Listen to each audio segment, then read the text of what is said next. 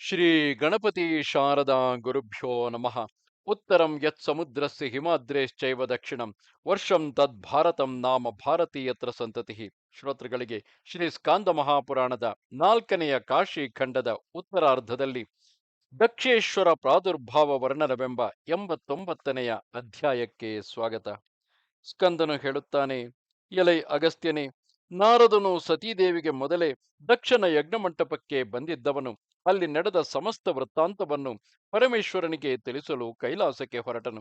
ಆಗ ಮಹೇಶ್ವರನು ನಂದಿಯೊಡನೆ ಕೂಡಿ ಮುಂಬೆರಳಿನಿಂದ ಏನನ್ನೋ ತೋರಿಸುತ್ತಾ ಮಾತನಾಡುತ್ತಿದ್ದನು. ನಾರದನು ಅದನ್ನು ಕಂಡು ಆತನಿಗೆ ನಮಸ್ಕಾರವನ್ನು ಮಾಡಿದನು. ನಾರದನನ್ನು ಕಂಡು ನಂದಿಯು ತನ್ನ ಉತ್ತಮಾಸನದಿಂದ ಎದ್ದನು. ಮುಖದಲ್ಲಿ ಸ್ವಲ್ಪ ವಿಲಕ್ಷಣ ಭಾವವನ್ನು ತೋರಿಸುತ್ತಾ ನಾರದ ಮುನಿಯು ಆ ಆಸನದಲ್ಲಿಯೇ ಕುಳಿತು ಒಂದು ಕ್ಷಣ ಮಾತ್ರದವರೆಗೂ ಮೌನವನ್ನು ತಾಳಿದನು. ಆತನ ಅಂಗಚೇಷ್ಟೆಗಳಿಂದಲೇ ಪರಮಶಿವನು ಸಕಲ ವೃತ್ತಾಂತವನ್ನು ತಿಳಿದುಕೊಂಡನು. ಆ ಮುನಿವರಿಯನನ್ನು ಕುರಿತು ಸರ್ವಜ್ಞನಾದ ಶಿವನು ಹೇಳತೊಡಗಿದನು. ನೀನೇಕೆ ಮೌನವನ್ನು ಅವಲಂಬಿಸಿರುವೆ? ಉತ್ಪತ್ತಿ ನಾಶಗಳಿಂದ ಒಡಗೂಡಿರುವುದೇ ದೇಹಗಳ ಧರ್ಮವಾಗಿರುವುದು. ದಿವ್ಯ ಶರೀರಗಳೇ ಆದರೂ ಕಾಲದ ಪರಿಣಾಮವಾಗಿ ಹೀಗೆಯೇ ನಾಶವನ್ನು ಹೊಂದುತ್ತಿರುವವಲ್ಲವೇ? ಯಾವುದು ದೃಶ್ಯವೋ ಅದೆಲ್ಲವೂ ಪ್ರಾಯಿಕವಾಗಿ ಪರತಂತ್ರಕ್ಕೆ ಒಳಪಟ್ಟಿರುವುದು. ಆದುದರಿಂದಲೇ ನಶ್ವರವಾಗಿರುವುದು. ಬ್ರಾಹ್ಮಣೋತ್ತಮನೇ, ಆದುದರಿಂದ ಈಗ ನಡೆದಿರುವುದರಲ್ಲಿ ವಿಚಿತ್ರವೇನು? ಯಾರನ್ನು ತಾನೇ ಕಾಲವು ಕೊನೆಗಾಣಿಸುವುದಿಲ್ಲ. ಅಸದಾತ್ಮಕವಾಗಿ ಪದಾರ್ಥಕ್ಕೆ ಎಂದಿಗೂ ಸತ್ವ ಉಂಟಾಗಲಾರದು. ಸತ್ಪದಾರ್ಥಕ್ಕೆ ಅಭಾವವು ಸಂಭವಿಸುವುದಿಲ್ಲ. ಈ ನಿಶ್ಚಯ ಜ್ಞಾನವನ್ನು ಪಡೆದ ಬುದ್ಧರು ಎಂದಿಗೂ ಮೋಹಗೊಳ್ಳುವುದಿಲ್ಲ. ಇಂತೆಂದ ಮಹಾದೇವನ ಮಾತನ್ನು ಕೇಳಿ ಮುನಿಶ್ರೇಷ್ಠನಾದ ನಾರದನು ಹೇಳತೊಡಗಿದನು. ದೇವೇಶ್ವರನಾದ ನೀನು ಹೇಳಿದ ಸಂದೇಶವು ಯಥಾರ್ಥವಾಗಿಯೇ ಇರುವುದು ಸಂದೇಹವಿಲ್ಲ. ಯಾವುದು ಭವಿತವ್ಯತೆಯಲ್ಲಿ ಎದ್ದಿತೋ ಅದೇ ನಡೆದು ಹೋಯಿತು, ಸಂಶಯವಿಲ್ಲ. ಆದರೆ ಒಂದು ಚಿಂತೆಯು ಮಾತ್ರ ನನ್ನ ಮನಸ್ಸನ್ನು ಅಲ್ಲೋಲಕಲ್ಲೋಲಗೊಳಿಸಿ ನನ್ನನ್ನು ಬಾಧಿಸುತ್ತಿರುವುದು. ಶಶ್ವದೇಕ ಪ್ರಕಾರನಾದ ನಿನಗೆ ಯಾವುದರಿಂದಲೂ ತತ್ವದ ದೃಷ್ಟಿಯಿಂದ ಅಪಕರ್ಷವಾಗುವುದಿಲ್ಲ, ಉತ್ಕರ್ಷವೂ ಆಗಲಾರದು. ನಾಶರಹಿತನು ಪರಿಪೂರ್ಣನೂ ಆದ ನಿನಗೆ ಹಾನಿ ವೃದ್ಧಿಗಳಾದರೂ ಎಲ್ಲಿಯವು? ಆದರೆ ಈ ದಿವಸ ಮೊದಲುಗೊಂಡು ಯಾವ ಮನುಷ್ಯನೂ ನಿನ್ನ ಪೂಜೆಯನ್ನು ಮಾಡುವುದಿಲ್ಲ. ಸ್ವಭಾವದಿಂದಲೇ ನೀಚವೂ ಸ್ವಾತಂತ್ರ್ಯರಹಿತವೂ ಆದ ಸಂಸಾರವು ಮತ್ತಷ್ಟು ದುಃಖಪ್ರದವಾಗಿ ಕೇವಲ ನಿಷ್ಪ್ರಯೋಜನವೆನಿಸುವುದು. ಪ್ರಜೇಶ್ವರನಾದ ದಕ್ಷಿಣೆ ಯಜ್ಞಕ್ಕೆ ನಿನ್ನನ್ನು ಕರೆಯಲಿಲ್ಲವೆಂಬ ಸಂಗತಿಯು ಪ್ರಖ್ಯಾತವಾಗಲು ನಿನ್ನ ಅವಮಾನವನ್ನು ಕಂಡು ದೇವತೆಗಳು, ಮಹರ್ಷಿಗಳು, ಮನುಷ್ಯರು ಸಹ ನಿನ್ನಲ್ಲಿ ಉದಾಸೀನ ಭಾವವನ್ನು ತಾಳುವರು. ಅವಮಾನಿತರಾದವರಿಗೆ ಎಷ್ಟು ಐಶ್ವರ್ಯವಿದ್ದರೇನು? ಯಮ ಭಯವನ್ನು ಜಯಿಸಿದವರು ಅಷ್ಟೈಶ್ವರ್ಯ ಸಂಪನ್ನರಾದವರು ಆಗಿದ್ದರು ಲೋಕದಲ್ಲಿ ಅವಮಾನವನ್ನು ಪಡೆದರೆ ಅವರು ಎಂದಿಗಾದರೂ ಗೌರವಕ್ಕೆ ಭಾಜನರಾಗುವುದುಂಟೆ?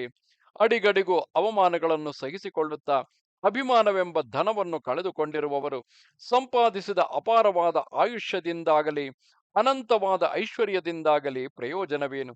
ಯಾರು ಜೀವಂತವಾಗಿದ್ದರೂ ಕೀರ್ತಿಯನ್ನು ಪಡೆಯದೆ ಎಲ್ಲರ ಅವಜ್ಞೆಗೆ ಪಾತ್ರರಾಗಿರುವರೋ ಅವರನ್ನು ಅಚೇತನ ಪದಾರ್ಥಗಳೆಂದೇ ಕರೆಯಬಹುದು. ಸಕಲ ಸ್ತ್ರೀಯರಲ್ಲಿಯೂ ಆ ಸತೀದೇವಿಯೇ ಅಭಿಮಾನ ಸಹಿತಳಾಗಿದ್ದುದರಿಂದ ಧನ್ಯಳು. ಅವಳೇ ಸರ್ವೋತ್ತಮಳು. ನಿನ್ನ ನಿಂದೆಯನ್ನು ಕೇಳಿದ ಮಾತ್ರದಿಂದಲೇ ಆಕೆಯು ತನ್ನ ಪ್ರಾಣವನ್ನೇ ತೃಣಪ್ರಾಯವಾಗಿ ಎಣಿಸಿದಳಲ್ಲವೇ? ಈ ಮಾತುಗಳನ್ನು ಕೇಳಿ ಮಹಾದೇವನು ಸತಿಯು ದೇಹವನ್ನು ತ್ಯಜಿಸಿದಳೆಂಬುದನ್ನು ನಿಶ್ಚಯವಾಗಿ ತಿಳಿದುಕೊಂಡನು. ಆತನು, ಅಯ್ಯ ಮುನಿವರಿಯನೇ, ನಿಜವು, ಸತೀದೇವಿಯು ತನ್ನ ಪ್ರಾಣವನ್ನು ತೃಣ ಸಮಾನವೆಂದೆಣಿಸುವಳು ಎಂದನು. ಮುನಿಪುಂಗವನು ಮರು ಮಾತನಾಡದೆ ಕುಳಿತಿದ್ದನು. ಆಗ ಮಹಾದೇವನು ಮಹಾಯಜ್ಞ ಕಾಲದಲ್ಲಿ ನಡೆದ ಈ ವೈಪರೀತ್ಯವನ್ನು ಸ್ಮರಿಸಿಕೊಂಡು ಅಪಾರವಾದ ಕೋಪವೆಂಬ ಬೆಂಕಿಯಿಂದ ಪ್ರಜ್ವಲಿಸುತ್ತಾ ಭಯಂಕರ ರೂಪವನ್ನು ತಾಳಿದನು. ಆಗ ಆತನ ಕೋಪದಿಂದ ಉಂಟಾದ ಬೆಂಕಿಯಲ್ಲಿ ಮಹಾ ತೇಜೋವಂತನಾದ ಪುರುಷನೊಬ್ಬನು ಉದಯಿಸಿದನು.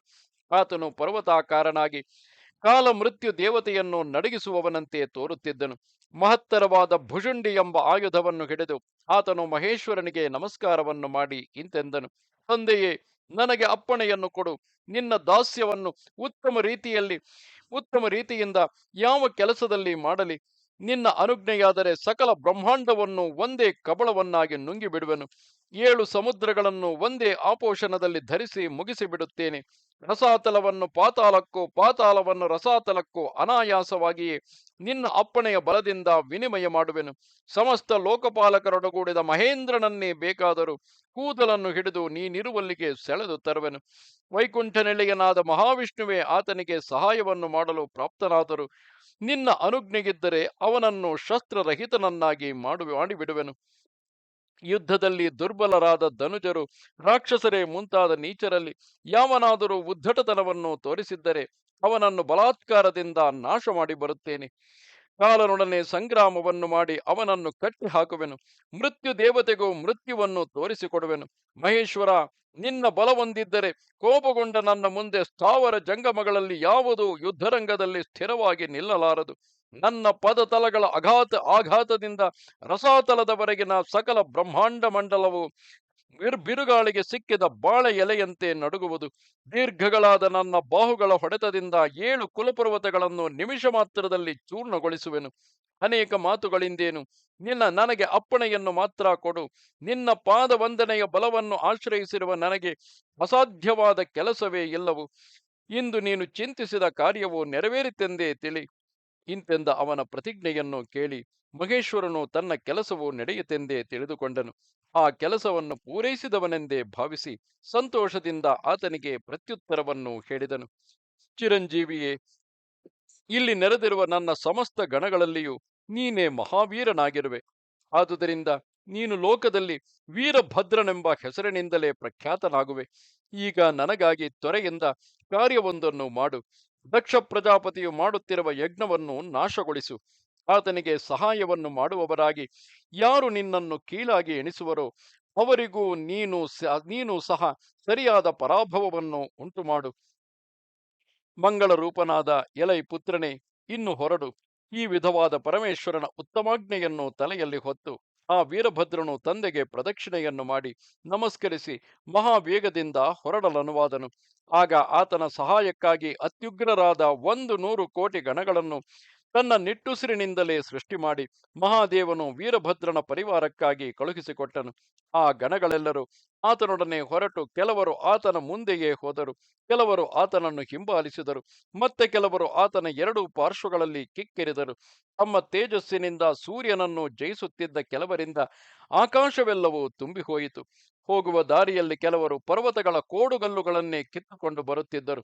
ಮತ್ತೆ ಕೆಲವರು ಅಮೂಲಾಗ್ರವಾಗಿ ದೊಡ್ಡ ಬಂಡೆಗಳನ್ನೇ ಹೊತ್ತುಕೊಂಡು ನಡೆದರು. ಹಲವರು ಉನ್ನತಗಳಾದ ಮಹಾವೃಕ್ಷಗಳನ್ನೇ ಬೇರು ಸಹಿತವಾಗಿ ಕಿತ್ತು ಯಜ್ಞಶಾಲೆಯನ್ನು ಪ್ರವೇಶಿಸಿದರು. ಕೆಲವರು ಯೂಪ ಸ್ತಂಭಗಳನ್ನು ಕಿತ್ತೆಸೆದರು. ಕೆಲವರು ಹೋಮಕುಂಡಗಳಲ್ಲಿ ಪುರುಷೋತ್ಸರ್ಗವನ್ನು ಮಾಡಿದರು. ಕೆಲವು ಗಣನಾಯಕರು ಕೋಪಗೊಂಡು ಮಂಟಪವನ್ನೆಲ್ಲ ಧ್ವಂಸಗೊಳಿಸಿದರು. ಕೆಲವರು ತ್ರಿಶೂಲಗಳನ್ನು ಕೈಗಳಲ್ಲಿ ಹಿಡಿದು ವೇದಿಕೆಗಳೆಲ್ಲವನ್ನು ಅಗೆದು ಹಾಕಿದರು. ಕೆಲವರು ದ್ರವ್ಯವನ್ನೆಲ್ಲ ತಿಂದು ಹಾಕಿದರು. ಮತ್ತೆ ಕೆಲವರು ಹವಿಸ್ಸಿನ ಆಜ್ಯವನ್ನು ಕುಡಿದು ಬಿಟ್ಟರು. ಕೆಲವರು ಪರ್ವತೋಪಮಗಳಾದ ಅನ್ನರಾಶಿಗಳೆಲ್ಲವನ್ನು ಧ್ವಂಸ ಮಾಡಿದರು. ಕೆಲವರು ಪಾಯಸಗಳನ್ನು, ಮತ್ತೆ ಹಲವರು ಹಾಲು ಮೊಸರುಗಳನ್ನು ಕುಡಿದು ಮುಗಿಸಿದರು. ಕೆಲವರು ಪಕ್ವಾನ್ನಗಳನ್ನು ತಿಂದು ಮೈ ಉಬ್ಬಿಸಿಕೊಂಡರು.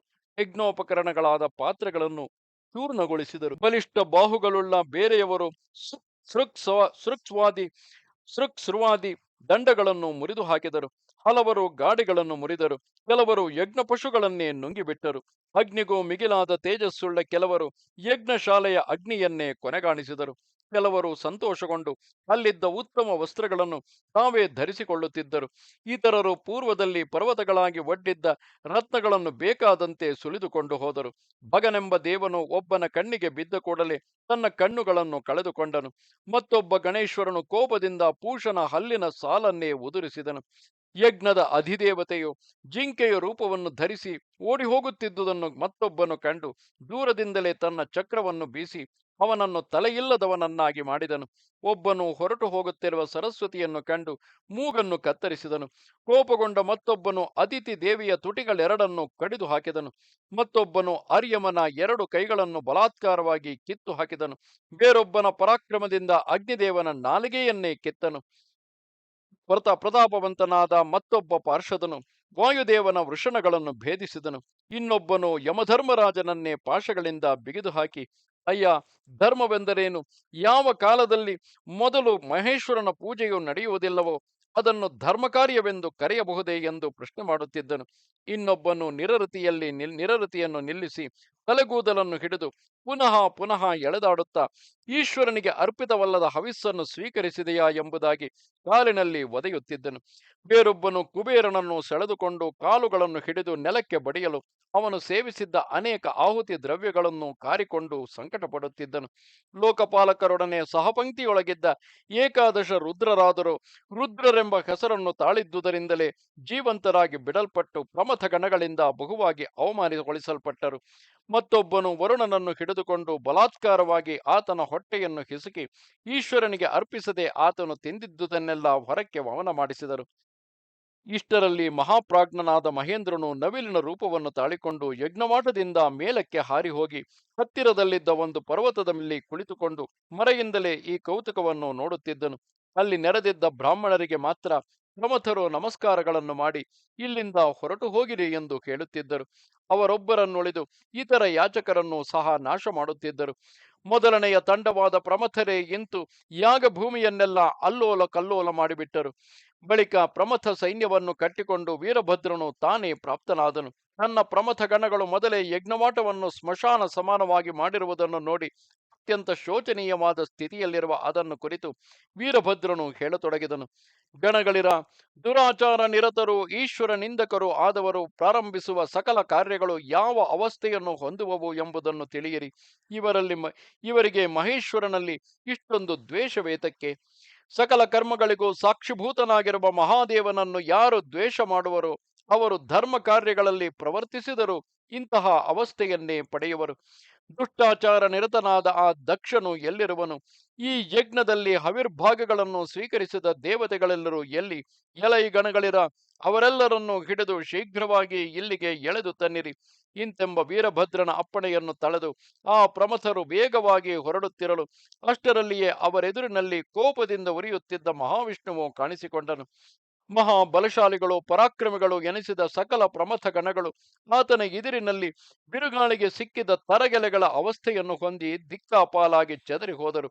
ಇಂತು ಮಹಾವಿಷ್ಣುವಿಗೆ ಭಯಗೊಂಡು ಸಮಸ್ತ ಪ್ರಮಥರು ನಷ್ಟರಾಗಿರಲು ವೀರಭದ್ರನು ಅದನ್ನು ಕಂಡು ಪ್ರಳಯಕಾಲದ ಬೆಂಕಿಯನ್ನು ಹೋಲುತ್ತಾ ಅಪರಿಮಿತವಾದ ಕೋಪವನ್ನು ತಾಳಿದನು. ಮಹಾವಿಷ್ಣುವು ತನ್ನ ಪರಿವಾರದವರಿಂದ ಸ್ತೋತ್ರ ಮಾಡಲ್ಪಡುತ್ತಿದ್ದುದನ್ನು ಎದುರಿನಲ್ಲಿ ಕಂಡನು. ಆತನ ಸೇವಕರೆಲ್ಲರೂ 4 ಭುಜಗಳಿಂದ ಒಪ್ಪುವವರು, ಮಹಾಪರಾಕ್ರಮದಿಂದ ದೈತ್ಯರನ್ನು ಗೆದ್ದವರು, ಅಸಂಖ್ಯಾತರು ಆಗಿದ್ದರು. ರಾಕ್ಷಸ ಮರ್ದನನಾದ ವಿಷ್ಣುವು ಚಕ್ರ, ಗದ, ಖಡ್ಗ, ಚಾಪಗಳೇ ಮುಂತಾದ ಆಯುಧಗಳನ್ನು ತಳೆದ ಪರಿವಾರದಿಂದ ಕೂಡಿದ್ದನು. ಆತನನ್ನು ಕಂಡು ವೀರಭದ್ರನು ಇಂತೆಂದು ಹೇಳತೊಡಗಿದನು. ನೀನೇ ಇಲ್ಲಿ ಯಜ್ಞ ಪುರುಷನು, ಈ ಮಹಾಯಜ್ಞಕ್ಕೆ ಪ್ರವರ್ತಕನು ನೀನೇ. ತ್ರಿಲೋಚನನಿಗೆ ವೈರಿಯಾದರೂ ದಕ್ಷನನ್ನು ನಿನ್ನ ಪರಾಕ್ರಮದಿಂದ ರಕ್ಷಿಸುವ ಪ್ರಯತ್ನವನ್ನು ಮಾಡಿರುವೆ. ಈಗ ಆ ದಕ್ಷನನ್ನು ಕರೆದು ತಂದು ನನಗೆ ಒಪ್ಪಿಸು, ಅಥವಾ ನನ್ನೊಡನೆ ಯುದ್ಧವನ್ನು ಮಾಡಲು ಸಿದ್ಧನಾಗು. ದಕ್ಷ ಪ್ರಜೇಶ್ವರನನ್ನು ನನ್ನ ವಶಕ್ಕೆ ಕೊಡದಿದ್ದರೆ ಅವನನ್ನು ನಿನ್ನ ಬಲದಿಂದ ಸಂರಕ್ಷಿಸಿಕೊ. ಪ್ರಾಯಿಕವಾಗಿ ನೀನು ಮಹೇಶ್ವರನ ಭಕ್ತರಲ್ಲಿ ಬಹಳ ಪ್ರಮುಖರೆಂದು ಹೆಸರನ್ನು ತಳೆದಿರುವೆ. ಸಹಸ್ರ ಕಮಲಗಳಿಂದ ಮಹಾದೇವನನ್ನು ಅರ್ಚಿಸಲು ಉಪಕ್ರಮಿಸಿ ಒಂದು ಕಡಿಮೆಯಾಗಿರಲು ನಿನ್ನ ಒಂದು ನೇತ್ರವನ್ನೇ ಹಿಂದೆ ಅರ್ಪಿಸಿದೆಯಲ್ಲವೇ? ಅದರಿಂದ ಸಂತುಷ್ಟನಾದ ಶಂಭುವು ನಿನಗೆ ಚಕ್ರಾಯುಧವನ್ನು ಕೊಟ್ಟನು. ಸುದರ್ಶನವೆಂಬ ಆ ಚಕ್ರದ ಸಹಾಯದಿಂದಲೇ ನೀನು ಯುದ್ಧಗಳಲ್ಲಿ ಸಮಸ್ತ ರಾಕ್ಷಸ ಶ್ರೇಷ್ಠರನ್ನು ಜಯಿಸುವವನಾದೆ. ವೀರಭದ್ರನ ಗರ್ವಸಹಿತವಾದ ಈ ಮಾತನ್ನು ಕೇಳಿ ಮಹಾವಿಷ್ಣುವು ಆತನ ಬಲವನ್ನು ತಿಳಿಯಲು ಕುತೂಹಲವುಳ್ಳವನಾಗಿ ಹೇಳತೊಡಗಿದನು. ನೀನು ಮಹೇಶ್ವರನಿಗೆ ಪುತ್ರ ಸ್ಥಾನದಲ್ಲಿರುವೆ, ಪ್ರಮಥ ಗಣಗಳಿಗೆಲ್ಲ ಅಗ್ರಗಣ್ಯನಾಗಿರುವೆ. ಅಲ್ಲದೆ ನಿನ್ನ ಒಡೆಯನ ಅಪ್ಪಣೆಯನ್ನು ಪಡೆದು ಮಹಾಬಲಶಾಲಿಯೋ ಅಧಿಕಾರಿಯೋ ಆಗಿರುವೆ. ನೀನು ಯಾರಾಗಿದ್ದರೇನು? ನಾನು ಸಹ ದಕ್ಷ ಬ್ರಹ್ಮನನ್ನು ಕಾಪಾಡುವುದರಲ್ಲಿ ತೀಕ್ಷ್ಣವಾದ ಬುದ್ಧಿಯುಳ್ಳವನಾಗಿರುವೆನು. ನಿನ್ನ ಸಾಮರ್ಥ್ಯವನ್ನಾದರೂ ನೋಡುವೆನು. ಶಾರಂಗಪಾಣಿಯ ಈ ಮಾತುಗಳನ್ನು ಕೇಳಿ ವೀರಭದ್ರನು ತನ್ನ ಪರಿವಾರದವರಾದ ಪ್ರಮಥ ಗಣಗಳನ್ನು ಮತ್ತೆ ಸೇರಿಸಿ ಕಣ್ಣು ಸನ್ನೆಗಳಿಂದಲೇ ಯುದ್ಧ ಮಾಡುವಂತೆ ಪ್ರೇರೇಪಿಸಿದನು. ಆಗ ಆ ಪ್ರಮಥ ಗಣಗಳೊಡನೆ ಯುದ್ಧಕ್ಕೆ ನಿಂತ ವಿಷ್ಣುವಿನ ಪರಿವಾರದವರೆಲ್ಲರೂ ಪರಾಜಯವನ್ನು ಪಡೆದು ತತ್ಸೂಚಕವಾಗಿ ಬಾಯಲ್ಲಿ ಕಚ್ಚಿದ್ದ ಹುಲ್ಲುಕಡ್ಡಿಗಳಿಂದ ಪಶುಗಳ ಅವಸ್ಥೆಯನ್ನು ಹೊಂದಿದರು. ಅದನ್ನು ಕಂಡು ಗರುಡ ವಾಹನನಾದ ನಾರಾಯಣನು ಕ್ರುದ್ಧನಾಗಿ ಶತ್ರು ಸಮೂಹದಲ್ಲಿ ಒಬ್ಬೊಬ್ಬನನ್ನು 1,000 ಬಾಣಗಳಿಂದ ಹೃದಯ ಪ್ರದೇಶಕ್ಕೆ ಗುರಿಯಿಟ್ಟು ಹೊಡೆದನು. ಆಗಲ ಆ ಯುದ್ಧರಂಗದಲ್ಲಿ ಆ ಗಣಗಳೆಲ್ಲರೂ ಸೀಳಿದ ಹೃದಯಗಳುಳ್ಳವರಾಗಿ ರಕ್ತ ವರ್ಷಗಳನ್ನು ಸುರಿಸುತ್ತಾ ವಸಂತಕಾಲದ ಮುತ್ತುಗದ ಮರಗಳ ಕಾಂತಿಯನ್ನು ತಳೆದು ಓಡಾಡುತ್ತಿದ್ದರು. ಮದಧಾರೆಗಳನ್ನು ಸುರಿಸುತ್ತಿರುವ ಮದ್ದಾನೆಗಳನ್ನು, ಧಾತು ರಸಗಳನ್ನು ಸ್ರವಿಸುತ್ತಿರುವ ಪರ್ವತಗಳನ್ನು ಹೋಲುತ್ತಿದ್ದ ಆ ಗಣನಾಯಕರು ಅನುಲೇಪನಗಳಿಂದಲೂ ರಕ್ತಧಾರೆಗಳಿಂದಲೂ ಶೋಭಿಸುತ್ತಿದ್ದರು. ಆಗ ವೀರಭದ್ರನು ವೈಕುಂಠವಾಸಿಯಾದ ನಾರಾಯಣನನ್ನು ಕುರಿತು ನಗುತ್ತಾ ಹೇಳಲು ಉಪಕ್ರಮಿಸಿದನು. ಎಲೈ ಶಾರಂಗಪಾಣಿಯೇ, ನೀನು ಯುದ್ಧವನ್ನು ಮಾಡುವುದರಲ್ಲಿ ಮಹಾಕುಶಲನೆಂಬುದನ್ನು ಬಲ್ಲೆನು. ಆದರೆ ನಿನ್ನ ಯುದ್ಧಗಳೆಲ್ಲವೂ ದೈತ್ಯ ಶ್ರೇಷ್ಠರೊಡನೆಯೂ ದಾನವೇಂದ್ರರೊಡನೆಯೂ ನಡೆದಿರುವುದೇ ಹೊರತು ಪಾರ್ಶ್ವದ ಗಣಗಳೊಡನಲ್ಲ ಎಂತೆಂದು ವೀರಭದ್ರನು ಗುರುತರವಾದ ತನ್ನ ಭುಷುಂಡಿಯನ್ನು ಕೈಗೆ ತೆಗೆದುಕೊಂಡನು. ಗದಾಪಾಣಿಯೂ ಸಹ ದೈತ್ಯೇಂದ್ರರೆಂಬ ಪರ್ವತಗಳನ್ನು ಧೂಳು ಮಾಡುವ ತನ್ನ ಗದೆಯನ್ನು ತೆಗೆದುಕೊಂಡನು. ಆಗ ವೀರಭದ್ರನು ಮಹಾವಿಷ್ಣುವನ್ನು ತನ್ನ ಭುಸುಂಡಿಯಿಂದ ಬಲವಾಗಿ ಪ್ರಹಾರ ಮಾಡಿದನು. ಆ ಆಯುಧವು ಮಹಾವಿಷ್ಣುವಿನ ಶರೀರವನ್ನು ತಗುಲಿದ ಮಾತ್ರದಿಂದಲೇ 100 ಪಾಲಾಗಿ ಒಡೆದು ಹೋಯಿತು. ವಾಸುದೇವನು ಸಹ ದುಃಖ ಲೇಶವನ್ನು ತಿಳಿಯದೆ ನಿಂತಿದ್ದ ಪ್ರತಾಪಶಾಲಿಯಾದ ವೀರಭದ್ರನ ಮೇಲೆ ವೇಗವಾಗಿ ತನ್ನ ಕೌಮೋದಕಿ ಎಂಬ ಗದೆಯನ್ನು ಪ್ರಯೋಗಿಸಿದನು. ಅದನ್ನು ಕಂಡು ವೀರಭದ್ರನು ತನ್ನ ಖಟ್ವಾಂಗವೆಂಬ ಆಯುಧವನ್ನು ತೆಗೆದುಕೊಂಡು ಗದಾಹಸ್ತನಾಗಿದ್ದ ಮಹಾವಿಷ್ಣುವಿನ ಬಲಗೈಗೆ ಗುರಿಯಿಟ್ಟು ಹೊಡೆದು ಗದೆಯನ್ನು ಭೂಮಿಯಲ್ಲಿ ಬೀಳಿಸಿದನು. ಮಧುಸೂದನನು ಅತ್ಯಂತ ಕೋಪಗೊಂಡವನಾಗಿ ತನ್ನ ಚಕ್ರಾಯುಧದಿಂದ ವೀರಭದ್ರನನ್ನು ಹೊಡೆದನು. ತನ್ನ ಮೇಲೆ ಬರುತ್ತಿರುವ ಚಕ್ರಾಯುಧವನ್ನು ಕಂಡು ವೀರಭದ್ರನು ಪರಮೇಶ್ವರನನ್ನು ಸ್ಮರಿಸಿಕೊಂಡನು. ಮಹಾದೇವನ ಸ್ಮರಣದ ಫಲವಾಗಿ ಆ ಚಕ್ರವು ತತ್ಕ್ಷಣದಲ್ಲಿಯೇ ವಕ್ರಗತಿಯುಳ್ಳದ್ದಾಗಿ ವೀರಭದ್ರನ ಕೊರಳಿನಲ್ಲಿ ಹಾರದಂತೆ ಸುತ್ತಿಕೊಂಡು ನಯನ ಮನೋಹರವಾಗಿ ಕಾಣುತ್ತಿದ್ದಿತು. ಕಂಠದಲ್ಲಿ ಒಪ್ಪುತ್ತಿರುವ ಆ ಚಕ್ರದಿಂದ ಗಣನಾಯಕನಾದ ವೀರಭದ್ರನು ಯುದ್ಧರಂಗದಲ್ಲಿ ವೀರಲಕ್ಷ್ಮಿಯು ವಿಜಯ ಮಾಲಿಕೆಯನ್ನು ಹಾಕಿ ವರಿಸಿದ ಮಧುವಣಿಗನಂತೆ ಕಾಣುತ್ತಿದ್ದನು. ತಾನು ಕಳುಹಿಸಿದ ಸುದರ್ಶನ ಚಕ್ರವು ಶತ್ರುವಿನ ಕಂಠಾಭರಣವಾಗಿ ಪರಿಣಮಿಸಿದುದನ್ನು ಕಂಡು ಶ್ರೀಮನ್ನಾರಾಯಣನು ಆಶ್ಚರ್ಯಚಕಿತನಾಗಿ ಒಂದು ಮುಹೂರ್ತದವರೆಗೆ ಸುಮ್ಮನಿದ್ದು ಬಳಿಕ ತನ್ನ ನಂದಕವೆಂಬ ಖಡ್ಗವನ್ನು ತೆಗೆದುಕೊಂಡನು. ಮಧುಸೂದನನು ತನ್ನನ್ನು ಹೊಡೆಯುವುದಕ್ಕಾಗಿ ನಂದಕವನ್ನು ಹಿಡಿದು ಕೈಯೆತ್ತಿದುದನ್ನು ಕಂಡು ವೀರಭದ್ರನು ಆಕಾಶದಲ್ಲಿ ನೆರೆದ ಸಿದ್ಧರು ನೋಡುತ್ತಿರುವಂತೆಯೇ ಹುಂಕಾರ ಮಾತ್ರದಿಂದ ಆತನ ಕೈಯನ್ನು ಸ್ತಂಭನಗೊಳಿಸಿದನು. ಅಲ್ಲದೆ ಉಜ್ವಲವಾದ ತನ್ನ ಶೂಲವನ್ನು ಹಿಡಿದುಕೊಂಡು ಬೀಸುತ್ತಾ ವೇಗವಾಗಿ ಓಡಿಬಂದ ಶ್ರೀಹರಿಯನ್ನು ಕೊಲ್ಲುವ ಪ್ರಯತ್ನವನ್ನು ಮಾಡುತ್ತಿರುವಂತೆಯೇ ಆಕಾಶವಾಣಿಯು ಅತಿಸಾಹಸವನ್ನು ಮಾಡಬೇಡ ಎಂದು ಹೇಳಿ ವೀರಭದ್ರನನ್ನು ತಡೆಯಿತು. ಆಗ ಪಾರ್ಶ್ವದ ಶ್ರೇಷ್ಠನಾದ ವೀರಭದ್ರನು ಹರಿಯನ್ನು ಕೈಬಿಟ್ಟು ದಕ್ಷ ಪ್ರಜೇಶ್ವರನ ಬಳಿಗೆ ಬಂದು ಗಟ್ಟಿಯಾಗಿ ಸಿಂಹನಾದವನ್ನು ಮಾಡುತ್ತಾ ಇಂತೆಂದು ಹೇಳಿದನು. ಈಶ್ವರನಿಂದಕನಾದ ನಿನಗೆ ಧಿಕ್ಕಾರವಿರಲಿ. ಯಾವ ನಿನಗೆ ದೇವತೆಗಳೇ ಸಹಾಯಕರಾಗಿ ಇಂತಹ ಅತುಲೈಶ್ವರ್ಯವನ್ನು ಕೊಟ್ಟಿರುವರೋ ಅಂತಹ ದಕ್ಷನೆಂದು ಪ್ರಸಿದ್ಧನಾದ ನೀನು ಸಕಲ ಕರ್ಮವನ್ನು ಈಶ್ವರಾರ್ಪಣ ಮಾಡದಿರುವುದು ಹೇಗೆ? ಯಾವ ಅಪವಿತ್ರವಾದ ಮುಖದಿಂದ ನೀನು ಮಹಾದೇವನ ನಿಂದೆಯನ್ನು ಮಾಡಿದೆಯೋ ಅದನ್ನೆಲ್ಲ ನನ್ನ ಹಸ್ತಗಳ ತಾಡನಗಳಿಂದ ನಿಮಿಷ ಮಾತ್ರದಲ್ಲಿಯೇ ಚೂರ್ಣವನ್ನಾಗಿ ಮಾಡಿಬಿಡುವೆನು. ಇಂತೆಂದು ಮಹೇಶ್ವರನಿಗೆ ವಿಪ್ರಿಯವನ್ನಾಡಿದ ಆ ದಕ್ಷ ಬ್ರಹ್ಮನ ಮುಖವನ್ನು 100 ಕಪಾಳ ತಾಡನಗಳಿಂದ ವೀರಭದ್ರನು ಚಿನ್ನ ಭಿನ್ನವಾಗಿ ಮಾಡಿದನು. ಬಳಿಕ ಆ ಯಜ್ಞ ಮಹೋತ್ಸವದಲ್ಲಿ ನೆರೆದಿದ್ದ ಅದಿತಿ ದೇವಿಯೇ ಮೊದಲಾದ ಸ್ತ್ರೀಯರ ಕಿವಿಗಳೇ ಮುಂತಾದ ಅಂಗಾಂಗಗಳನ್ನು ಕತ್ತರಿಸಿ ಹಾಕಿದನು. ಮಹಾಕೋಪದಿಂದ ಕೆಲವು ಸ್ತ್ರೀಯರ ನಿಡು ಜಡೆಗಳನ್ನು ಕತ್ತರಿಸಿದನು. ಕೆಲವರ ಕೈಗಳು ಕತ್ತರಿಸಲ್ಪಟ್ಟವು. ಮತ್ತೆ ಹಲವರ ಸ್ತನಗಳು ಚಿನ್ನಗಳಾದವು. ಆ ಪಾರ್ಷದೋತ್ತಮನು ಮತ್ತೆ ಕೆಲವರ ಮೂಗುಗಳನ್ನೇ ಕಡಿದು ಹಾಕಿದನು. ಪರಮೇಶ್ವರನಿಗೆ ಆಪ್ತನಾದ ಆತನು ಕೆಲವು ಸ್ತ್ರೀಯರ ಬೆರಳುಗಳನ್ನು ಕತ್ತರಿಸಿದನು.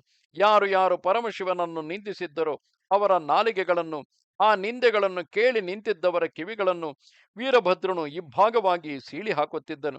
ಕೆಲವರ ಕೊರಳುಗಳಿಗೆ ಹಗ್ಗಗಳನ್ನು ಬಿಗಿದು ಯೂಪಸ್ತಂಭಗಳಿಂದಲೇ ಜೋಲಾಡಬಿಟ್ಟನು. ಯಾವ ದೇವತೆಗಳು ಮಹಾದೇವನನ್ನು ಗಣನೆಗೆ ತಾರದೆ ಹವಿಸ್ಸುಗಳನ್ನು ಸ್ವೀಕರಿಸಿದ್ದರೋ ಅವರನ್ನೆಲ್ಲ ತಲೆಕೆಳಗಾಗಿ ತೂಗು ಹಾಕಿದನು. ಚಂದ್ರನು, ಯಮಧರ್ಮರಾಜನು, ಭೃಗು ಮರೀಚಿಗಳೇ ಮುಂತಾದವರು ಆತನ ಕೈಯಲ್ಲಿ ಸಿಕ್ಕಿ ಅತ್ಯಂತವಾದ ಅವಮಾನವನ್ನು ಪಡೆದವರಾದರು. ಅವರೆಲ್ಲರೂ ದುರ್ಬುದ್ಧಿಯಾದ ಆ ದಕ್ಷನ ಅಳಿಯಂದಿರಾದವರು. ಮಹೇಶ್ವರನಿಲ್ಲದ ವೇಳೆಯಲ್ಲಿ ಅವರೆಲ್ಲರೂ ತಾವೇ ಶಿವನಿಗಿಂತಲೂ ಅಧಿಕರಾದವರೆಂದು ಮೆರೆಯುತ್ತಿದ್ದರು. ಇಂತು ಆ ಯಜ್ಞಮಂಟಪದ ಕುಂಡಗಳು, ಯೂಪಸ್ತಂಭಗಳು, ಆ ಮಂಟಪವು, ಆ ವೇದಿಕೆಗಳು, ಪಾತ್ರೆಗಳು, ಬಹುವಿಧಗಳಾದ ಆ ಹವಿರ್ದ್ರವ್ಯಗಳು, ಇತರ ಸಮಸ್ತ ಯಜ್ಞ ಸಂಭಾರಗಳು, ಯಜ್ಞದಲ್ಲಿ ಭಾಗವನ್ನು ವಹಿಸಿದ್ದ ಋತ್ವಿಜರು, ಮಂಟಪದ ಕಾವಲುಗಾರರು, ಮಂತ್ರಾಧಿದೇವತೆಗಳು ಸಕಲವು ಅವಲೀಲೆಯಾಗಿ ವೀರಭದ್ರನಿಂದ ವಿನಾಶವನ್ನು ಹೊಂದಿತು. ಇತರರನ್ನು ಮೋಸಗೊಳಿಸಿ ಸಂಪಾದಿಸಿದ ಐಶ್ವರ್ಯವು ಅತ್ಯಲ್ಪ ಕಾಲದಲ್ಲಿಯೇ ಹೇಗೆ ನಾಶವನ್ನು ಹೊಂದುವುದೋ, ಹಾಗೆಯೇ ಶಿವಾರ್ಪಿತವಲ್ಲದ ದಕ್ಷನ ಸಂಪತ್ತೆಲ್ಲವೂ ನಿಮಿಷ ಮಾತ್ರದಲ್ಲಿ ಕಾಣದಂತಾಯಿತು. ಇಂತು ವೀರಭದ್ರನು ತನ್ನ ಪರಿವಾರ ಸಮೇತನಾಗಿ ಮಹಾಯಜ್ಞಕ್ಕೆ ಇಂತಹ ಗತಿಯನ್ನು ಕಾಣಿಸಲು ಬ್ರಹ್ಮದೇವನು ಯಜ್ಞ ವಿಧಿಯ ಲೋಪಕ್ಕೆ ಭಯಗೊಂಡು ಸಕಲ ವೃತ್ತಾಂತವನ್ನು ಮಹಾದೇವನಿಗೆ ಭಿನ್ನವಿಸಿ ಆತನನ್ನು ಕರೆದುಕೊಂಡು ಬಂದನು. ಶಿವವರ್ಜಿತವಾದ ಮಹಾಕೃತವು ಇಂತಹ ದುರವಸ್ಥೆಯನ್ನು ಹೊಂದಿದ ಸ್ಥಳಕ್ಕೆ ಮಹೇಶ್ವರನು ಬ್ರಹ್ಮನೊಡನೆ ಪ್ರಾಪ್ತನಾಗಲು ವೀರಭದ್ರನು ತನ್ನ ಕೆಲಸಕ್ಕೆ ತಾನೇ ನಾಚಿಕೆಗೊಂಡನು. ಅವನು ತಂದೆಗೆ ನಮಸ್ಕಾರವನ್ನು ಮಾಡಿ ಏನನ್ನೂ ಹೇಳದೆ ನಿಂತುಕೊಂಡಿದ್ದನು. ಮಹಾದೇವನು ಎಲ್ಲವನ್ನೂ ತಾನೇ ತಿಳಿದುಕೊಂಡನು. ಆಗ ಬ್ರಹ್ಮನು ಆತನನ್ನು ಪ್ರಸನ್ನೀಕರಿಸಿಕೊಂಡು ಪುನಃ ಹೇಳತೊಡಗಿದನು. ಕರುಣಾ ಸಮುದ್ರನೇ, ಈ ದಕ್ಷನು ಮಹಾಪರಾಧವನ್ನು ಮಾಡಿದವನಾದರೂ ಇವನಲ್ಲಿ ನೀನು ಪ್ರಸನ್ನನಾಗಬೇಕು. ಶಂಕರನೇ, ಈ ಯಜ್ಞಶಾಲೆಯಲ್ಲಿ ಎಲ್ಲವನ್ನೂ ಹಿಂದಿದ್ದಂತೆಯೇ ಮಾಡುವವನಾಗು. ವೇದೋಕ್ತವಾದ ಈ ಕರ್ಮವು ಪುನಃ ಸಾಂಗವಾಗಿ ನೆರವೇರುವಂತೆಯೂ ಈಶ್ವರ ಸಹಿತವಾದ ಕರ್ಮವು ಫಲವನ್ನು ಕೊಡುವಂತೆಯೂ ಸರ್ವೇಶ್ವರನಾದ ನೀನು ಅಪ್ಪಣೆಯನ್ನು ಮಾಡು. ಪರಮೇಶ್ವರನೇ, ಈಶ್ವರನಲ್ಲಿ ಭಕ್ತಿ ಶ್ರದ್ಧೆಗಳಿಲ್ಲದೆ ಮಾಡಲಡಿಸಿದ ಸಕಲ ಕಾರ್ಯಗಳಲ್ಲಿಯೂ ಈ ಪ್ರಕಾರವಾಗಿಯೇ ಸಾವಿರಾರು ವಿಘ್ನಗಳು ಉಂಟಾಗುತ್ತಿರುವುದು ಸಹಜವೇ ಆಗಿರುವುದು. ಒಂದು ದೃಷ್ಟಿಯಿಂದ ನೋಡಲು ನೀಚನಾದ ಈ ದಕ್ಷನು ನಿನ್ನ ಉತ್ತಮ ಭಕ್ತನೇ ಆಗಿರುವನು. ಈಶ್ವರಾರ್ಪಿತವಲ್ಲದ ಕರ್ಮವನ್ನು ಮಾಡಿ ಲೋಕಕ್ಕೆಲ್ಲ ದೃಷ್ಟಾಂತ ಪ್ರಾಯನಾಗಿರುವನು. ಬೇರೆ ಯಾವನೇ ಆಗಲಿ ಮಹೇಶ್ವರನನ್ನುಳಿದು ಕರ್ಮವನ್ನು ಮಾಡುವನೋ ಅವನ ಕರ್ಮದ ಪರಿಪಾಕವೂ ಸಹ ದಕ್ಷ ಪ್ರಜೇಶ್ವರನು ಮಾಡಿದ ಯಜ್ಞದ ಸಿದ್ಧಿಯಂತೆಯೇ ಆಗುವುದು. ಆದುದರಿಂದ ದಕ್ಷನು ಮಾಡಿದ ಈ ಯಜ್ಞದ ವಿಚಾರವನ್ನು ಕೇಳಿ ಇನ್ನು ಮೇಲೆ ಎಲ್ಲಿಯೂ ಯಾವನು ಯಾವ ಕರ್ಮವನ್ನು ಶಿವರಹಿತವಾಗಿ ಮಾಡುವುದಿಲ್ಲ. ಬ್ರಹ್ಮದೇವರ ಮಾತುಗಳನ್ನು ಕೇಳಿ ಮಹಾದೇವನು ಮುಗುಳ್ನಗೆಯನ್ನು ಬೀರುತ್ತಾ ವೀರಭದ್ರನನ್ನು ಕುರಿತು ಎಲ್ಲವನ್ನು ಮೊದಲಿದ್ದಂತೆಯೇ ಸರಿಪಡಿಸು ಎಂದು ಅಪ್ಪಣೆಯನ್ನು ಮಾಡಿದನು. ತಂದೆಯಾದ ಪರಮಶಿವನ ಅಪ್ಪಣೆಯನ್ನು ಶಿರಸಾವಹಿಸಿ ವೀರಭದ್ರನು ನುಚ್ಚು ನೂರಾಗಿದ್ದ ದಕ್ಷನ ಮುಖವೊಂದನ್ನುಳಿದು ಮಿಕ್ಕೆಲ್ಲವನ್ನೂ ಮುನ್ನಿನಂತೆಯೇ ಸಜ್ಜುಗೊಳಿಸಿದನು. ಮಹೇಶ್ವರನನ್ನು ಯಾರು ನಿಂದಿಸುವರೋ ಅವರು ಮೂಗರು ಪಶು ಸಮಾನರು ಆಗುವುದೇ ನಿಶ್ಚಯವು ಎಂದು ಹೇಳುತ್ತಾ ಗಣನಾಯಕನಾದ ವೀರಭದ್ರನು ದಕ್ಷನಿಗೆ ಮೇಕೆಯ ಮುಖವೊಂದನ್ನು ಜೋಡಿಸಿದನು. ಬಳಿಕ ಮಹಾದೇವನು ಬ್ರಹ್ಮನ ಅನುಜ್ಞೆಯನ್ನು ಪಡೆದು ಪತ್ನಿ ವಿಯೋಗದಿಂದ ಗೃಹಸ್ಥಾಶ್ರಮವನ್ನು ಕಳೆದುಕೊಂಡು ತಪಸ್ಸನ್ನು ಮಾಡಲು ತನ್ನ ಪಾರ್ಶ್ವದ ಗಣಗಳೊಡನೆ ಹಿಮಾಚಲವನ್ನು ಕುರಿತು ಹೊರಟು ಹೋದನು. ಮನುಷ್ಯನು ಅಲ್ಪ ಕಾಲವನ್ನು ಸಹ ಅನಾಶ್ರಮಿಯಾಗಿ ಕಳೆಯಬಾರದೆಂಬ ಶಾಸ್ತ್ರವಾಕ್ಯದಿಂದ ವ್ಯರ್ಥ ಕಾಲಕ್ಷೇಪಕ್ಕಿಂತಲೂ ಯಾವುದಾದರೊಂದು ಆಶ್ರಮದ ಧರ್ಮವನ್ನು ಪಾಲಿಸುವುದೇ ಶ್ರೇಯಸ್ಕರವು. ಆದುದರಿಂದಲೇ ಸಕಲ ತಪಸ್ಸುಗಳಿಗೂ ಫಲವನ್ನು ಕೊಡುವವನಾದರೂ ಈಶ್ವರನು ತಾನೇ ಗಣಸಹಿತನಾಗಿ ಹಿಮವತ್ ಪರ್ವತದಲ್ಲಿ ತಪಸ್ಸನ್ನು ಆಚರಿಸುತ್ತಿದ್ದನು. ಇತ್ತ ಬ್ರಹ್ಮನು ದಕ್ಷನನ್ನು ಬಹುವಿಧವಾಗಿ ಉಪದೇಶಗಳಿಂದ ಶಿಕ್ಷಿಸಿದನು. ದಕ್ಷನೇ, ಈಶ್ವರ ನಿಂದೆಯಿಂದ ಉದ್ಭವಿಸಿದ ದುಸ್ತ್ಯಜವಾದ ನಿನ್ನ ಪಾತಕವನ್ನು ತೊಳೆದುಕೊಳ್ಳಲಳಿಸುವೆಯಾದರೆ ನೀನು ಬೇಗ ವಾರಾಣಸಿ ಕ್ಷೇತ್ರಕ್ಕೆ ಪ್ರಯಾಣವನ್ನು ಮಾಡು. ಮಹಾಪಾತಕಗಳ ಸಮೂಹಗಳನ್ನು ಸಹ ಕಳೆಯುವ ಪುಣ್ಯ ಕ್ಷೇತ್ರವಾದ ವಾರಾಣಸಿಯನ್ನು ಸೇರಿದ ಕೂಡಲೇ ಅಲ್ಲಿ ಒಂದು ಶಿವಲಿಂಗವನ್ನು ಪ್ರತಿಷ್ಠೆ ಮಾಡು. ಅದರಿಂದ ಮಹಾದೇವನು ಪ್ರಸನ್ನನಾಗುವನು. ಆತನೊಬ್ಬನು ಸಂತುಷ್ಟನಾದರೆ ಚರಾಚರಾತ್ಮಕವಾದ ಈ ಸಕಲ ಬ್ರಹ್ಮಾಂಡವು ಸಂತುಷ್ಟವಾದಂತೆಯೇ ಸರಿ. ವಾರಾಣಸಿ ಪುರಿಯನ್ನು ಬಿಟ್ಟರೆ ಮತ್ತೆಲ್ಲಿಯೂ ನಿನ್ನ ಮಹಾಪಾತಕವು ನಾಶವಾಗುವುದಿಲ್ಲ. ಬ್ರಹ್ಮಹತ್ಯೆಯೇ ಮೊದಲಾದ ಪಾತಕಗಳಿಗೂ ಪ್ರಾಜ್ಞರಾದವರು ಪ್ರಾಯಶ್ಚಿತ್ತಗಳನ್ನು ಹೇಳಿರುವರು. ಆದರೆ ಈಶ್ವರ ನಿಂದೆಗೆ ಯಾವುದನ್ನೂ ಹೇಳಿಲ್ಲ. ಅದಕ್ಕೆ ಕಾಶಿ ಕ್ಷೇತ್ರದ ಸೇವೆಯೊಂದೇ ಪ್ರಾಯಶ್ಚಿತ್ತವು. ಯಾವ ಪುಣ್ಯಾತ್ಮರು ಈ ಕಾಶಿ ಕ್ಷೇತ್ರದಲ್ಲಿ ಲಿಂಗ ಪ್ರತಿಷ್ಠೆಯನ್ನು ಮಾಡಿರುವರೋ ಅವರು ಸಕಲ ಧರ್ಮಗಳನ್ನು ಆಚರಿಸಿದವರೆಂದು ತಿಳಿಯಬೇಕು. ಅವರೇ ಪುರುಷಾರ್ಥಗಳನ್ನು ಸಾಧಿಸುವರು. ಇಂತೆಂದ ತಂದೆಯಾದ ಬ್ರಹ್ಮದೇವನ ಮಾತುಗಳನ್ನು ಕೇಳಿ ದಕ್ಷ ಪ್ರಜೇಶ್ವರನು ಮಹಾವೇಗದಿಂದ ಅವಿಮುಕ್ತ ಮಹಾಕ್ಷೇತ್ರವನ್ನು ಸೇರಿ ಅಲ್ಲಿ ಅತ್ಯುಗ್ರವಾದ ತಪಸ್ಸನ್ನು ಮಾಡಲು ಉಪಕ್ರಮಿಸಿದನು. ವಿಧಿ ಪ್ರಕಾರವಾಗಿ ಒಂದು ಲಿಂಗವನ್ನು ಸ್ಥಾಪನೆ ಮಾಡಿ ಆ ಶಿವಲಿಂಗದ ಆರಾಧನೆಯಲ್ಲಿಯೇ ತತ್ಪರನಾಗಿದ್ದನು. ಭೂಮಂಡಲದಲ್ಲಿ ಈ ಲಿಂಗವನ್ನುಳಿದು ಅವನು ಬೇರೆ ಯಾವುದನ್ನು ತಿಳಿಯದಿದ್ದನು. ಕಾರ್ಯದಕ್ಷನಾದ ದಕ್ಷ ಪ್ರಜಾಪತಿಯು ರಾತ್ರಿ ಹಗಲುಗಳಲ್ಲಿಯೂ ಪರಮೇಶ್ವರನನ್ನೇ ಸ್ತೋತ್ರ ಮಾಡುವನು, ಪೂಜಿಸುವನು, ನಮಸ್ಕರಿಸುವನು, ಧ್ಯಾನ ಮಾಡುತ್ತಿರುವನು, ನೋಡುತ್ತಿರುವನು. ಇಂತು ದಕ್ಷನು ಏಕಾಗ್ರ ಚಿತ್ತನಾಗಿ ಮಹೇಶ್ವರ ಲಿಂಗದ ಸೇವೆಯಲ್ಲಿಯೇ ಸತತವೂ ಆಸಕ್ತನಾಗಿರುತ್ತಿರಲು 12,000 ವರ್ಷಗಳು ಕಳೆದು ಹೋದವು. ಆಗ ಸತೀದೇವಿಯು ಹಿಮವಂತನ ಪತ್ನಿಯು ಪತಿವ್ರತೆಯೂ ಆದ ಮೇನಾದೇವಿಯನ್ನು ತಾಯಿಯಾಗಿ ಸ್ವೀಕರಿಸಿ ಆಕೆಯಲ್ಲಿ ಉಮೆ ಎಂಬ ಹೆಸರಿನಿಂದ ಅವತರಿಸಿ ಮಹತ್ತರವಾದ ತಪಸ್ಸಿನಿಂದ ಪುನಃ ಆ ಮಹೇಶ್ವರನನ್ನೇ ಪತಿಯನ್ನಾಗಿ ಪಡೆದಳು.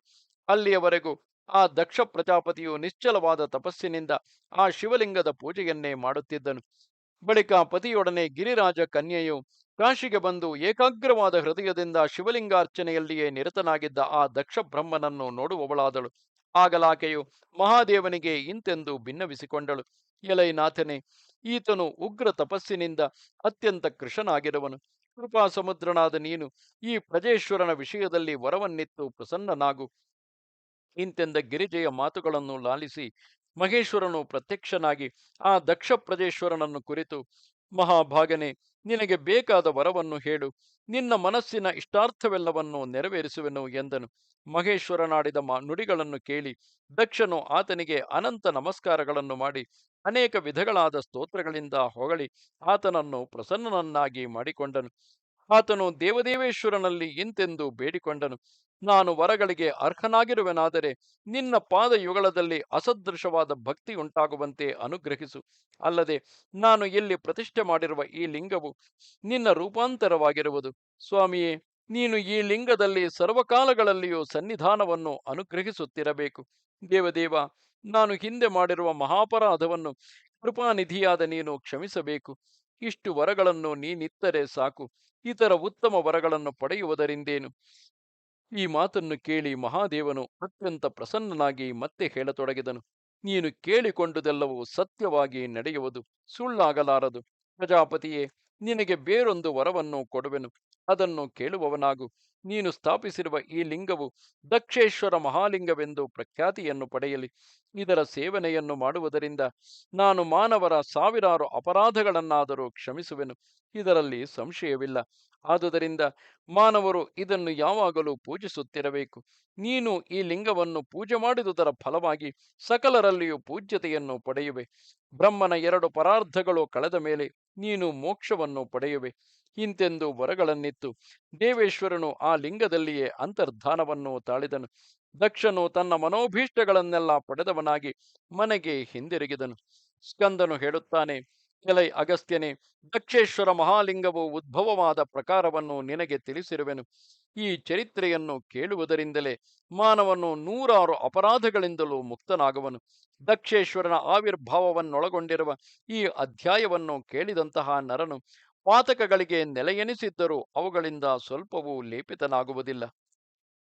ಇಲ್ಲಿಗೆ 81,000 ಶ್ಲೋಕಗಳ ಸಂಹಿತೆಯೆಂದು ಪ್ರಸಿದ್ಧವಾದ ಶ್ರೀ ಸ್ಕಾಂದ ಮಹಾಪುರಾಣದ 4ನೆಯ ಕಾಶಿ ಖಂಡದ ಉತ್ತರಾರ್ಧದಲ್ಲಿ ದಕ್ಷೇಶ್ವರ ಪ್ರಾದುರ್ಭಾವ ವರ್ಣನವೆಂಬ 89ನೆಯ ಅಧ್ಯಾಯವು ಮುಗಿದುದು. ನಮಸ್ತೆ ಶಾರದೆ ದೇವಿ, ಕಾಶ್ಮೀರ ಪುರವಾಸಿನಿ, ತ್ವಾಮಹಂ ಪ್ರಾರ್ಥೆಗೆ ನಿತ್ಯಂ, ವಿದ್ಯಾದಾನಂಚ ದೇಹಿಮೆ. ನಮಸ್ಕಾರ.